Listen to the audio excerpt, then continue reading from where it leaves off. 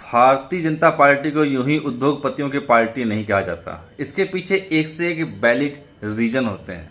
Recently आज ही का reason है कि दिल्ली में 10 साल से अधिक पुरानी गाड़ियां जो डीजल वाहन है और 15 साल से अधिक पुरानी गाड़ियां जो पेट्रोल वाहन है, भले ही वो मोटरसाइकिल ही क्यों ना हो, उन सबको स्क्रैप में भेजा जा रहा है जबरन जबरदस्ती।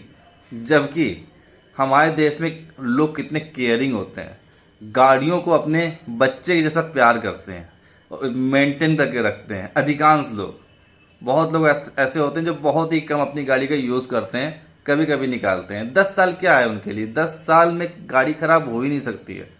किसी भी व्यक्ति जिसने अच्छे से केयर करके अपनी गाड़ी को, वाहन को रखा है, 10 साल में कहाँ खराब हो जाएगा।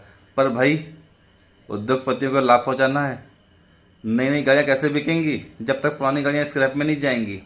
और पुरानी गाड़ियों का भी बड़ा बिजनेस है भाई, उस बिजनेस को कैसे ख़त्म करेंगे?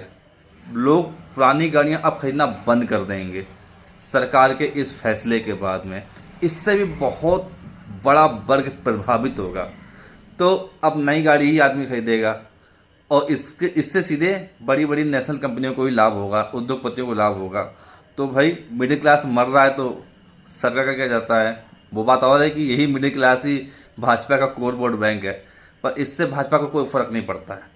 भाजपा को अपनी निष्ठा अपने बॉस के सामने निभानी है, वो निभा रहे हैं। जबकि क्या इससे प्रदूषण ख़त्म हो जाएगा या कम हो जाएगा?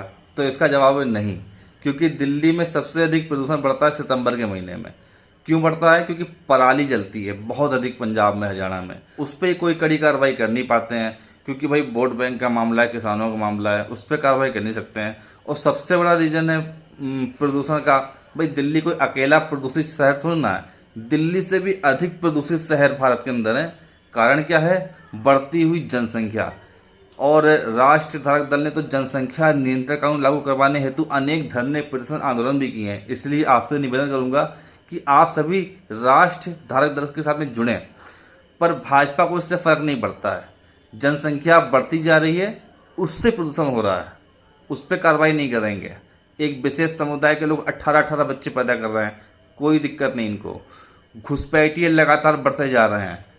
अकेले दिल्ली में 1 करोड़ से अधिक घुसपैठिए रोहिंग्या और बांग्लादेशी रहते हैं, उन पे कार्रवाई नहीं हो रही है। हाँ, दिखावे के लिए 1000-2000 घुसपैठियों पे कार्रवाई की है, उनको डिकोड करके बांग्लादेश भेज दिया है।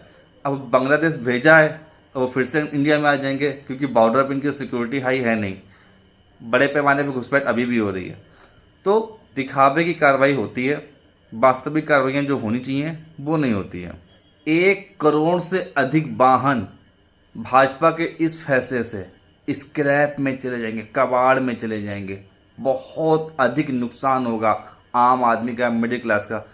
पर भाई भाजपा को इससे कोई फर्क नहीं पड़ता है।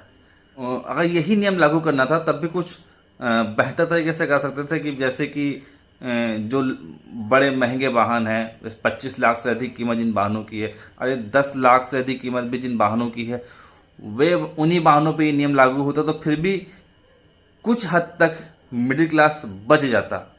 पर भाजपा को घंटा इससे कोई फर्क नहीं पड़ता है। आदमी मरे चाहे जिए, उन्हें तो अपनी एजेंडा चलाना है। धन्यवाद।